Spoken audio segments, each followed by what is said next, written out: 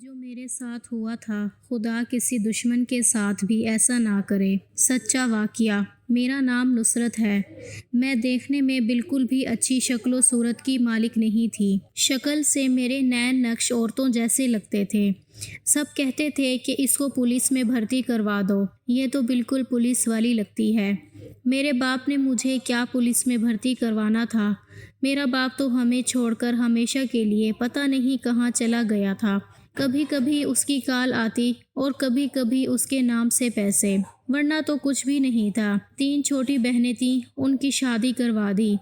بھائی بھی شادی کر کے اپنے گھر کا ہو گیا۔ ماں اس دنیا سے چلی گئی۔ اب میرا ایک چھوٹا سا گھر تھا، میری اپنی زندگی تھی جس میں 1000 مسئلے اپنی جگہ تھے، لیکن اپنا وقت کام کو ہی دیا اور ایک دن میں بہت اچھی پوسٹ پر پہنچ گئی۔ میرا اتنا رعب تھا کہ سب مجھ سے ڈرتے تھے۔ میں جیل میں سپرنٹینڈنٹ لگی تھی، سب لوگ ہی مجھ سے بہت ڈرتے تھے۔ اب میری ڈیوٹی عورتوں کی جیل میں لگ گئی، جہاں بہت کم عمر عورتوں کو لایا جاتا ہے، یعنی جوان لڑکیوں کو۔ ایک دن میں بیٹھ کر کھانا کھا رہی تھی جب وہاں پر ایک لڑکی کو لایا گیا۔ وہ بالکل چپ چاپ تھی، لیکن اس پر بہت ہی سنگین الزام تھا، یا پھر واقعی اس نے وہ جرم کیا تھا۔ مجھے پتا چلا کہ اس نے اپنے شوہر کو جان سے مارا ہے، اور اگر بیوی اپنے شوہر کو جان سے مار دے تو یہ ایک بڑا جرم سمجھا جاتا ہے کہ ہمارے معاشرے میں شوہر تو سر کا تاج ہوتا ہے، چاہے شوہر جیسا بھی ہو۔ اسی لیے اگر کوئی عورت یہ کام کر لے تو اسے ویسے ہی بہت باتیں سنائی جاتی ہیں۔ خود سوچیں کہ جس معاشرے میں عورت صرف مرد کی نافرمان ہو تو معاشرہ عورت کو ہی گالیاں دیتا ہے، تو پھر ایسے معاشرے میں ایسی عورت کے ساتھ کیا ہوتا ہوگا جس نے اپنے ہی شوہر کی جان لے لی ہو۔ ویسے وہ دیکھنے میں بہت حسین تھی، اور سب کا پہلا اندازہ یہی تھا کہ شاید اس کا کسی اور کے ساتھ چکر تھا، اسی لیے اس نے اپنے آشنا کے ساتھ مل کر اپنے شوہر کو مار ڈالا ہوگا۔ لیکن اس عورت نے اپنی صفائی میں کچھ بھی نہیں بولا، بس اس نے اپنا جرم قبول کر لیا۔ وہ کچھ بولتی بھی نہیں تھی۔ اس کو جیل میں رکھا گیا تو دوسری عورت نے پہلے ہی دن اس پر ہاتھ اٹھا دیا۔ اس کا کہنا تھا کہ تم جیسی عورت میں نے آج تک نہیں دیکھی۔ مجھ پر میرے شوہر نے بد کرداری کا الزام لگا کر مجھے گھر سے نکالا، اور اس کے بعد جب میں نے اس سے اپنی جائیداد اور اولاد مانگی تو اس نے مجھے کسی طرح جیل میں ڈال دیا، لیکن پھر بھی میں نے اسے مارنے کے بارے میں نہیں سوچا۔ لیکن تو کیسی عورت ہے جس نے اپنے ہی شوہر کی جان لے لی؟ پہلے ہی دن اس کا یہ حال ہو گیا تو اس کو ایک الگ جیل میں رکھا گیا۔ اس دفعہ اس کو ایک کوٹری میں رکھا گیا جس کے سامنے ہی میرا چھوٹا سا آفس تھا، اور میری کرسی بالکل سلاخوں کے سامنے تھی۔ میں اس عورت کو دیکھ سکتی تھی اور اس کی آواز بھی سن سکتی تھی تاکہ اس پر نظر رکھ سکوں۔ میں نے بھی اس سے بات کرنے کی بہت کوشش کی، لیکن وہ کچھ بھی نہیں بولتی تھی۔ لیکن پھر رات ہوتے ہی اس نے مجھ سے کہا کہ مجھے باہر جانے دیں۔ میں نے اس سے پوچھا، بی بی کیا کرنے جانا ہے یہ تو بتاؤ۔ اس نے کہا کہ یہ نہیں بتا سکتی، مجھے معاف کرنا۔ میں نے اسے ایک چور دروازے سے نکال دیا۔ جیلوں میں ایسے چور دروازے ہوتے ہیں جن کے بارے میں صرف وہاں کے کام کرنے والوں کو ہی پتہ ہوتا ہے۔ یہ کسی مشکل میں یا آگ لگنے کی صورت میں بھاگنے کے لیے بنائے جاتے ہیں۔ رات کے 12 بج رہے تھے جب میں نے اسے جیل سے نکالا۔ اس نے کہا کہ میں پورے 2 بجے تک واپس آ جاؤں گی، اور ایسا ہی ہوا۔ وہ رات 12 بجے گئی اور 2 بجنے سے 10 منٹ پہلے ہی واپس آ گئی۔ واپسی پر اس نے میرے ہاتھ پر 5000 کا نوٹ رکھا، اور میں نے پیسے اپنے پاس رکھ لیے، اور ساتھ ہی اسے کمرے میں قید کر دیا۔ لیکن جب وہ آئی تو اس کی حالت عجیب سی تھی۔ اسے بہت سانس چڑھا ہوا تھا، شاید وہ رو کر آئی تھی۔ اس کی حالت ٹھیک نہیں لگ رہی تھی۔ وہ پاگلوں کی طرح کھڑی پانی پی رہی تھی۔ میں نے کہا کہ کہاں سے ہو کر آئی ہو؟ تو کہنے لگی، ابھی نہیں بتا سکتی، میں روز تمہارے لیے 5000 روپے لے کر آیا کروں گی۔ میں نے کہا، بس مجھ سے زیادہ فری ہونے کی ضرورت نہیں ہے۔ آج تمہیں نکال دیا لیکن دوبارہ نہیں نکالوں گی۔ لیکن اصل میرے دل میں 5000 کا لالچ آ گیا تھا۔ میری تنخواہ تو اتنی نہیں تھی کہ جس سے میرا گزارا ہوتا۔ لوگ سمجھتے ہیں کہ پولیس میں شاید بہت تنخواہ ہوتی ہے، لیکن ایسا بالکل بھی نہیں ہے کہ روز کے 5000 ملتے تو مہینے کا 1.5 لاکھ روپیہ بن جانا تھا، اور مجھے 1.5 لاکھ کو انکار کرنے کی کیا ضرورت تھی؟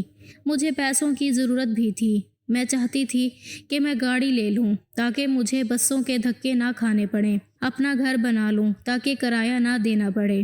میرے پاس اپنا گھر اور گاڑی ہوگی تو کوئی بھی لڑکا میرے پیچھے پاگل ہو جائے گا۔ وہ کہنے لگی کہ مجھے جیل سے باہر جانے دو۔ میں نے اسے کہا کہ بی بی یہ جیل ہے، کوئی پارک یا ہوٹل نہیں جہاں پر تم آ گئی ہو۔ اب تمہیں واپس جانے دیا جائے، پھر تم واپس آ جاؤ گی۔ اس کا کہنا تھا کہ مجھے ابھی 2 گھنٹے کے لیے جانے دو، میں 2 گھنٹے بعد واپس آ جاؤں گی۔ میں نے کہا تم جیسی مجرم پر میں بھروسہ کیسے کروں؟ اس نے کہا میں تمہارے لیے 5,000 روپے لے کر آؤں گی، صرف 2 گھنٹے کا ہی تو سوال ہے، مجھے یہاں سے نکال دو۔ میں نے اس سے کہا کہ تم مجھے رشوت دے رہی ہو، میں تمہیں ایسی لگتی ہوں؟ اس نے کہا کہ نہیں، میں رشوت نہیں دے رہی، میں تمہیں زندگی کی حقیقت دے رہی ہوں جس کی انسان کو روز ہی ضرورت پڑتی ہے۔ 5,000 کا نام سن کر میں پھر لالچ میں آ گئی اور سوچا کہ ہو سکتا ہے یہ سچ مچ واپس آ جائے۔ اگر نہیں بھی واپس آئی تو میرا کیا جائے گا، میں کہہ دوں گی یہ بھاگ گئی ہے اور الزام کسی اور پر لگا دوں گی، کیونکہ میں تو سپرنٹینڈنٹ تھی، نظر رکھنا میرا کام نہیں تھا، وہ تو انچارج کا کام تھا۔ میں نے اسے ڈرایا اور کہا کہ اگر تم واپس نہیں آئے تو تمہیں دوبارہ سے پکڑنا ہمارے لیے کوئی مشکل کام نہیں ہے، ہمارے پاس تمہارا ریکارڈ، تصویریں بھی ہیں، آدمی پیچھے لگا دیے جائیں گے اور تمہیں پکڑ لیا جائے گا، جبکہ ایسا ایک عورت کے لیے اتنا شارٹ نوٹس پر کسی نے بھی نہیں کرنا تھا۔ لیکن اسے خوب ڈرایا۔ اس نے کہا میں پورے 2 گھنٹے بعد واپس آ جاؤں گی، چاہو تو تم گھڑی پر نظر رکھ لو۔ دراصل پچھلے دنوں میرا ایک لڑکے کے ساتھ چکر بھی تھا، ہم لوگ فون پہ بات کرتے تھے، لیکن وہ بڑا ہی عجیب انسان تھا۔ میں اس کو بیلنس کرواتی، اس کو جیب خرچ دیتی اور اس کے لیے تحفے بھی میں ہی لیتی تھی۔ اس نے شاید مجھے ٹائم پاس سمجھ لیا تھا۔ ساری رات میں ڈیوٹی پر اس کے ساتھ باتیں کرتی رہتی، ٹائم بھی گزر جاتا اور دل بھی بہل جاتا تھا۔ لیکن جب بات شادی کی آئی تو اس نے وہی پرانی بات کر دی کہ میری ماں نے تو بچپن سے ہی میری منگنی کر رکھی ہے اور تم ہماری ذات کی بھی نہیں ہو۔ دل تو کیا کہ اس پر کوئی الزام لگا کر اسے جیل میں ہی بند کر دوں، لیکن پھر ایسا نہ کیا۔ میرے دل کے اندر خلش بیٹھ گئی تھی، میں اسے دکھانا چاہتی تھی کہ مجھے اس سے زیادہ اچھا لڑکا مل سکتا ہے، لیکن میں بھی جانتی تھی کہ کوئی لڑکا کبھی بھی میری شکل دیکھ کر میرے پیچھے نہیں آئے گا، اسے دولت سے ہی پھنسانا پڑے گا اور اس کے لیے مجھے پیسے چاہیے تھے۔ شاید میں غلط کر رہی تھی، لیکن میری زندگی میں اور تھا ہی کیا کرنے کو، ماں باپ تھے ہی نہیں جو شادی کرواتے، کوئی میرا دوست بھی نہیں تھا، کیونکہ میرا کام ایسا تھا کہ میں کسی کو وقت نہیں دے سکتی تھی۔ اگلے دن پھر جب مجھے اس لڑکی نے کہا کہ مجھے باہر جانا ہے، میں نے اسے کہا کہ کل تو تم کہہ رہی تھی مجھے اب نہیں جانا، تو کہنے لگی جانا ضروری ہے۔ میں اس کی بات پر ہنس دی اور پھر کہنے لگی کہ دل جیل میں نہیں لگا کرتے، یہ جیل ہے، اس کو جیل ہی سمجھو۔ میں نے اسے یہ محسوس کروانا تھا کہ میں اس کے پیسے کے لالچ میں نہیں ہوں، اس لیے سوچا کہ اس سے تھوڑی منتیں کرواتی ہوں۔ وہ رونے لگی اور کہنے لگی کہ مجھے جانے دو، میرا جانا بہت ضروری ہے، تمہیں دعائیں دوں گی اور تمہارے لیے پیسے بھی لے کر آؤں گی۔ میں نے کہا کیا پتہ آج تم بھاگ جاؤ اور یہ کل والا ڈرامہ تم نے اسی لیے کیا ہوگا کہ میں تم پر بھروسہ کر سکوں۔ تو وہ کہنے لگی کہ ایسا نہیں ہوگا، کل بھی میں واپس آئی تھی اور آج بھی میں واپس آ جاؤں گی۔ اگر مجھے بھاگنا ہوتا تو میں کل ہی واپس نہ آتی، ایک ہی موقع لیتی تم سے اور موقع ضائع نہ کرتی۔ بات تو اس کی ٹھیک ہے، لیکن اگر اسے بھاگنا تھا تو وہ کل ہی بھاگ جاتی۔ جب وہ ایک بار جیل سے نکل گئی تو اسے واپس آنے کی کیا ضرورت تھی، لیکن وہ آئی تھی، اس کا مطلب یہی تھا کہ وہ بھاگنا نہیں چاہتی۔ میں نے اس پر دوبارہ بھروسہ کر لیا، پھر سے نکال دیا۔ واپسی پر اس نے پھر میرے ہاتھ پر 5,000 روپے کا نوٹ رکھ دیا۔ وہ پورے 2 گھنٹے بعد واپس آ جاتی تھی۔ میں نے اس سے پوچھا کہ اتنا تو بتا دو کہ جاتی کہاں ہو؟ تو کہنے لگی یہاں قریب ہی کہیں جاتی ہوں۔ میں سوچنے لگی کہ یہاں قریب تو کوئی آبادی نہیں ہے، کیونکہ جیل ہمیشہ آبادی سے ہٹ کر بنائی جاتی ہے۔ یہ عورت کہاں جاتی تھی؟ جاتی بھی تھی یا نہیں، بس باہر ہی بیٹھ کر آ جاتی تھی۔ لیکن اگر ایسا ہوتا تو پیسے کہاں سے لاتی؟ جیل میں پیسے رکھنے کی اجازت نہیں تھی۔ مجھے تو لگتا تھا کہ یہ اب بھی اپنے اسی عاشق سے ملنے جاتی تھی جس کے ساتھ مل کر اس نے اپنے شوہر کی جان لی تھی، کیونکہ اس طرح کی بات ہی میرے دماغ میں آ رہی تھی۔ اس کے علاوہ میں کچھ سوچ نہیں پا رہی تھی۔ وہ تھی بھی بہت خوبصورت، اور جب کوئی اپنے حوالے سے کوئی گواہی نہ دے تو پھر لوگ اپنے حساب سے ہی اس کے بارے میں کچھ سوچ لیتے ہیں، کیونکہ انسانی عقل جواز ڈھونڈتی ہے۔ ساری ساری رات وہ روتی تھی۔ اب تو یہ روز ہونے لگا۔ میں روز اسے رات 12 بجے جیل سے نکال دیتی اور 2 بجے وہ واپس آ جاتی، اور میں نے اس طرح کر کے دن کے 5,000 روپے بنانے شروع کر دیے۔ ایک دن اس عورت سے کوئی آدمی ملنے آیا، جبکہ اس نے کہا تھا کہ میرا اس دنیا میں اب کوئی بھی نہیں ہے۔ وہ شخص جو بھی تھا اس نے اپنا چہرہ لپیٹا ہوا تھا۔ وہ لڑکی اس سے لپٹ کر رونا شروع ہو گئی۔ ملاقات کا وقت ختم ہونے سے پہلے ہی واپس بھاگ گئی، کیونکہ میں اس کو اچھی طرح جانتی تھی اور اس کے ساتھ ہی اس کام میں شامل بھی تھی۔ میں نے اس سے پوچھا کہ تمہیں کیا ہوا ہے، لیکن اس نے مجھے کوئی بات نہیں بتائی۔ اگلے دن رات کو لڑکی کہیں نہیں گئی۔ میں نے اسے کہا کہ کیا آج نہیں جانا؟ اس نے کہا نہیں، مجھے نہیں جانا۔ پتہ نہیں اس کے دماغ میں کیا چل رہا تھا، عجیب طرح کی تھی۔ میں اس کے بارے میں اتنا نہیں سوچتی تھی، کیونکہ مجھے تو اس کے پیسوں سے مطلب تھا، لیکن اب مجھے اس کے بارے میں تجسس ہو رہا تھا۔ اگلے دن اس نے کہا کہ آج مجھے جانا ہے اور پیسے لے کر آ جاؤں گی۔ میں نے روز کی طرح اس کو نکال دیا، لیکن آج وہ لیٹ ہو گئی تھی۔ 3 گھنٹے ہو گئے تھے، وہ ابھی تک واپس نہیں آئی۔ وہ 2 بجے تک واپس آ جایا کرتی تھی، لیکن اب 3 بج رہے تھے۔ یہ گرمیوں کا موسم تھا۔ 4 بجے تو روشنی پھیلنا شروع ہو جانی تھی اور جیل کے لوگوں نے جاگ بھی جانا تھا۔ میرے پاس 1 گھنٹہ مزید تھا۔ میں بری طرح پریشان ہو گئی، کیونکہ اگر یہ نہ آتی اور پھر کسی نے اس کو آتے ہوئے دیکھ لیا ہوتا تو میری نوکری داو پر لگ جانی تھی۔ مجھے میرے لالچ کی سزا ملنی تھی۔ وقت یوں ہی گزر رہا تھا۔ میں سوچ رہی تھی کہ اس کو کبھی باہر نہیں نکالوں گی۔ 3:30 بجے تو وہ واپس آ گئی۔ میں اسی جگہ پر کھڑی تھی۔ میں نے اسے کہا تم کہاں رہ گئی تھی؟ لیکن اسے دیکھ کر میں حیران رہ گئی۔ اس کی گود میں ایک بچہ تھا جو کہ شاید 1.5 سال کا ہوگا۔ اس نے میرے حوالے بچہ کیا اور کہا کہ آپ اس کو رکھ لیں۔ میں نے کہا کیسی باتیں کر رہی ہو؟ اس کو میں کیسے رکھ سکتی ہوں؟ یہ کس کا بچہ ہے؟ کہیں تم اسے اٹھا کر تو نہیں بھاگی؟ تب اس نے مجھے کہا کہ نہیں، میں نے اس کو اغوا نہیں کیا، یہ میرا اپنا بچہ ہے، اور اسی لیے میں نے اپنے شوہر کی جان لی تھی، کیونکہ یہ بچہ کوئی عام بچہ نہیں ہے۔ یہ بچہ جس کے پاس بھی رہے گا اس کو بہت زیادہ دولت ملے گی اور وہ بہت جلد امیر ہو جائے گا۔ مجھے یہ بات اس بچے کی پیدائش پر ہی پتہ چل گئی تھی، لیکن کسی طرح میں یہ بات چھپانے میں کامیاب ہو گئی، اور پھر بالآخر میرے شوہر کو یہ بات پتہ چل گئی اور اس نے کہا کہ ہم اس بچے کو کسی امیر آدمی کو بیچ دیں گے۔ میں نے کہا اگر تم اس بچے کو ساتھ رکھو تم بھی امیر بن سکتے ہو، لیکن وہ بہت جلد باز تھا۔ اسے ایک ساتھ بہت زیادہ پیسوں کی ضرورت تھی، اس پر قرضہ تھا، اس کا کوئی کاروبار داو پر لگا ہوا تھا جس کو بچانے کے لیے وہ کچھ بھی کر سکتا تھا۔ وہ یہ بھی کہتا تھا کہ یہ سب جھوٹ ہے، اور اسی بات کو بہانہ بنا کر وہ چاہتا تھا کہ یہ بچہ امیروں کو دے کر ان سے پیسے مل سکتے ہیں۔ میں اپنا بچہ نہیں دینا چاہتی تھی۔ ہماری لڑائی اسی بات سے شروع ہوئی تھی، لیکن اچانک سے میں نے اپنے شوہر کو دھکا دیا اور اس کو ایسا زخم لگا کہ جس کو وہ برداشت نہیں کر پایا اور اس دنیا سے چلا گیا۔ مجھے اس بات کا بہت افسوس ہے۔ وہ شخص میرے ساتھ کبھی بھی اچھا نہیں تھا، لیکن پھر بھی میں اسے جان سے مارنا نہیں چاہتی تھی۔ میں اپنا بچہ اپنے ساتھ نہیں رکھ سکتی۔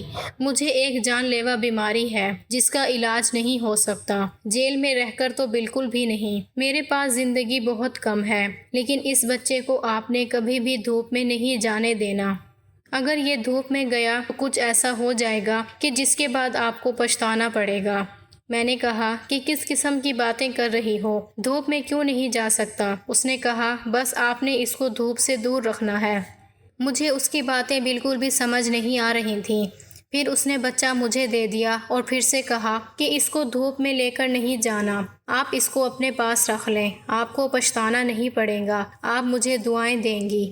اس عورت نے بچہ میرے حوالے کیا اور میں نے اسے جیل میں دوبارہ بند کر دیا۔ میں اس کے بچے کو گھر لے آئی اور اگلے دن ڈیوٹی پر نہ جا سکی، کیونکہ اس بچے کو ساری رات سنبھالتی رہی۔ اس عورت نے مجھے اس کا نام حسان بتایا تھا۔ میں نے راتوں رات محنت کر کے سارے کھڑکی دروازے بند کر دیے جہاں سے دھوپ اندر آ سکتی تھی۔ میرے 2 دن اسی کام میں مصروف گزرے۔ میں ڈیوٹی پر بھی نہ جا سکی اور سوچنے لگی کہ کیسے اس بچے کو سنبھالوں گی۔ یہ تو ابھی میری زندگی میں آیا ہے اور میں مصروف ہو گئی ہوں، اتنا کہ اپنا خیال بھی نہیں رکھ پا رہی۔ جب میں 2-3 دن بعد واپس کام پر آئی تو پتہ چلا کہ اس عورت کو سزا دی گئی ہے اور وہ اب اس دنیا میں نہیں رہی۔ مجھے بہت افسوس ہوا کیونکہ اس کی کہانی بہت ہی عجیب سی تھی۔ اس نے جرم تو کیا تھا لیکن جرم کی وجہ بھی وہ خود نہیں تھی۔ اس دن مجھے ایک خط ملا جس میں مجھے پروموشن مل گیا تھا، میری تنخواہ بھی بڑھ گئی تھی اور عہدہ بھی۔ میں بہت زیادہ خوش تھی۔ شاید یہ اسی بچے کی وجہ سے ہوا تھا۔ میں نے اس کو اپنے گھر پر رکھا ہوا تھا اور دن بہ دن میرے ساتھ اچھی چیزیں ہونے لگیں۔ میں نے ایک کمیٹی رکھی تو میری کمیٹی بھی نکل آئی، کاروبار میں پیسے لگائے تو اس میں بھی مجھے منافع مل گیا۔ یہ بچہ تو واقعی خوش قسمت تھا۔ لیکن ایک دن میں اپنے فون میں مصروف تھی اور بچہ میرے پاس کھیل رہا تھا کہ مجھے خیال نہیں رہا۔ کسی طرح وہ میری نظروں سے دور ہو گیا اور دھوپ کی طرف چلا گیا۔ لان میں تیز دھوپ تھی۔ میں اس طرف متوجہ ہوئی تو اس دن میری آنکھوں نے ایک عجیب منظر دیکھا۔ یہ بچہ دھوپ کے زیر سایہ جاتے ہی بے ہوش ہو گیا۔ میں اس کو ڈاکٹر کے پاس لے گئی اور اس کو سب کچھ بتایا تو اس نے کہا کہ آپ کے بچے کو دھوپ سے بہت زیادہ الرجی ہے۔ ایسے بچوں کو فوٹو سینتھیسس بچے بھی کہا جاتا ہے۔ یہ بچے دھوپ سے بہت ہی زیادہ حساس ہوتے ہیں، اس لیے ان کو دھوپ میں نہیں چھوڑتے، نہیں تو یہ بے ہوش ہو جاتے ہیں، ان کو ہیٹ اسٹروک ہو جاتا ہے۔ میں نے ڈاکٹر سے کہا کہ کیا کوئی علاج ہے؟ تو اس نے کہا کہ علاج ہے لیکن آپ کو اس کا بہت خیال رکھنا ہوگا۔ تب سے میں بچے کا بہت خیال رکھتی تھی۔ میں اس بچے کو ایک مفتی صاحب کے پاس بھی لے گئی تھی اور میں نے کچھ اور لوگوں سے بھی بات کی۔ انہوں نے کہا کہ جو اس عورت نے آپ کو کہا ایسا کچھ بھی نہیں ہوتا۔ کسی بھی بچے کی پیدائش پر یہ نہیں پتہ چل جاتا کہ وہ بہت خوش قسمت ہے یا نہیں۔ انہوں نے کہا کہ اس کے جسم پر کوئی نشان بھی نہیں ہے، تو پھر اس عورت کو کیسے پتہ چل گیا کہ یہ خوش قسمت ہے؟ وہ عورت بہت زیادہ مجبور تھی، اس لیے آپ سے جھوٹ بولا ہوگا تاکہ آپ اس کے بچے کو اپنے پاس رکھ لیں۔ اس بچے کا باپ بھی دنیا میں نہیں تھا اور اس کو بھی سزا ہونے والی تھی۔ وہ بھی اپنی جگہ پر ایک بہت زیادہ مجبور ماں تھی، اس لیے اس نے یہ سب کیا ہوگا۔ میں نے ان کو یہ بھی بتایا کہ یہ بچہ جب سے میری زندگی میں آیا ہے تو سارے کام اچھے ہو رہے ہیں جو آج تک نہیں ہوئے تھے۔ میری کمیٹی نکلی، میری نوکری میں پروموشن ہو گیا، میں نے اپنا گھر بنا لیا اور میری زندگی میں سب کچھ ٹھیک ہے۔ میں ایک عجیب طرح کے سکون میں آ گئی ہوں۔ مجھے لگتا ہے کہ میری زندگی کا مقصد مل گیا ہے۔ مفتی صاحب نے کہا یہ سب ہونا بھی اتفاق ہے، کیا آپ اس سب کے لیے محنت نہیں کر رہی تھی؟ میں نے کہا کہ ہاں، میں کئی سالوں سے محنت کر رہی تھی، بس یہ بچہ ہی آپ کا سکون ہے۔ اس بچے کو آپ کبھی بھی خود سے دور مت کرنا۔ میں نے کہا کہ اس بچے کو خود سے دور کرنے کے بارے میں سوچ بھی نہیں سکتی۔ میں نے زندگی میں کوئی اچھا کام نہیں کیا، میں ایک اچھی انسان نہیں ہوں، لیکن اس بچے کی پرورش کر کے میں کوئی اچھا کام کرنا چاہتی ہوں تاکہ مجھے یہ احساس ہو کہ میں نے بھی زندگی میں کوئی اچھا کام کیا ہے۔ حسان میری زندگی کا مقصد تھا اور وہ مجھے ماں بھی کہنے لگا تھا۔ اس کے منہ سے ماں کا لفظ سن کر بہت اچھا لگتا تھا، لیکن ابھی بھی دل کو ایک دھڑکا سا لگا رہتا تھا۔ نہ جانے وہ شخص کون تھا جو اس عورت سے جیل میں ملنے آیا تھا، لیکن اس شخص کو یہ معلوم نہیں تھا کہ میرا اس عورت کے ساتھ کوئی رشتہ ہے یا نہیں۔ پھر بھی بہت زیادہ ڈرتی ہوں۔ پھر جانا کہ وہ اس لڑکی کا ڈاکٹر تھا جو اس کو فائنل رپورٹ دینے آیا تھا کہ اس کا علاج ممکن نہیں ہے، تب ہی وہ بہت روتی تھی۔ ڈرتی ہوں کہ کل کو کوئی حسان کا رشتہ دار آ کر مجھے اس سے دور نہ لے جائے، کیونکہ اس کی ماں نے جب یہ بچہ مجھے دیا کسی نے بھی اس بچے کے ساتھ مجھے نہیں دیکھا تھا اور وہ بھی اس دنیا سے جا چکی تھی۔ اس عورت کے لیے مجھے بہت افسوس ہوتا ہے، وہ کتنی مجبور تھی۔ میں نے اس کی مجبوری کا فائدہ اٹھایا، لیکن شاید میں نے جانے انجانے میں اس کی مدد کی۔ وہ اپنے بیٹے سے ملنے کے لیے جایا کرتی تھی۔ اس کی مغفرت کے لیے دعا کرتی ہوں، اور اس نے کوئی جھوٹ بھی بولا ہے تو اللہ اسے معاف کرے، اور اگر یہ سچ تھا تو ابھی تک مجھے حسان سے فائدہ ہی پہنچا ہے۔ کہتے ہیں کہ اگر آپ کسی چیز پر یقین نہیں کرتے تو اس کا مطلب یہ نہیں ہے کہ وہ چیز وجود ہی نہیں رکھتی۔ اگر آپ کو یہ کہانی اچھی لگی تو اسے لائک کریں۔ مزید ایسی ویڈیوز کے لیے چینل کو سبسکرائب کریں۔